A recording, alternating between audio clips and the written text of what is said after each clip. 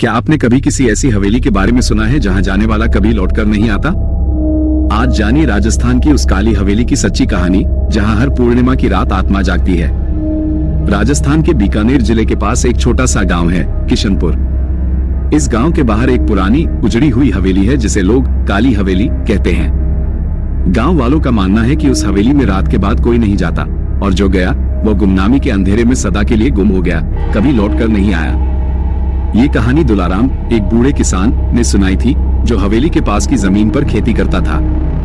दुलाराम ने कहा, आज से करीब 30 साल पहले गांव के कुछ लड़के मनोज, श्याम, इमरान और जीतू शराब के नशे में हवेली में रात बिताने की शर्त लगाई। ये गांव में बिगड़े लड़कों में से थे। सबने कहा, भूत वूत कुछ नहीं होता, हम तो वहीं जाके ही मानेंगे। वो लड़के रात 10 बजे हवेली में दाखिल हुए, जब शहर की आधी से ज्यादा आबादी सोने चली गई।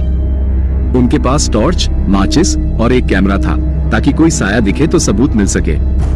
रात के 12 बजे तक सब तो ठीक चल रहा था, लेकिन घड़ी में जब 1 बजे तब हवेली की छत से किसी औरत की तेज चीख सुनाई दी। कौन है वहाँ? किसने मेरी नींद तोड़ी? मनोज की टॉर्च जमीन पर गिर पड़ी और कुछ सेकंड में वो गायब हो गया।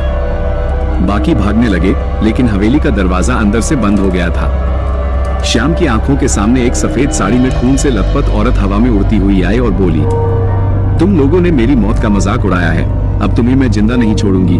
मेरा मजाक उड़ाने आए हो यहाँ पर, अब मैं तुम्हारी जिंदगी ले लूंगी। उस रात के बाद जीतू और इमरान की लाशें खेतों में मिली, लेकिन मनोज और श्याम का आज तक कोई सुराग नहीं मिला।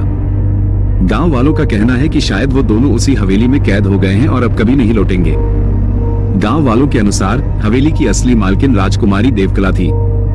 देवकला एक सीधी सादी भगवान के रास्ते पर चलने वाली औरत थी।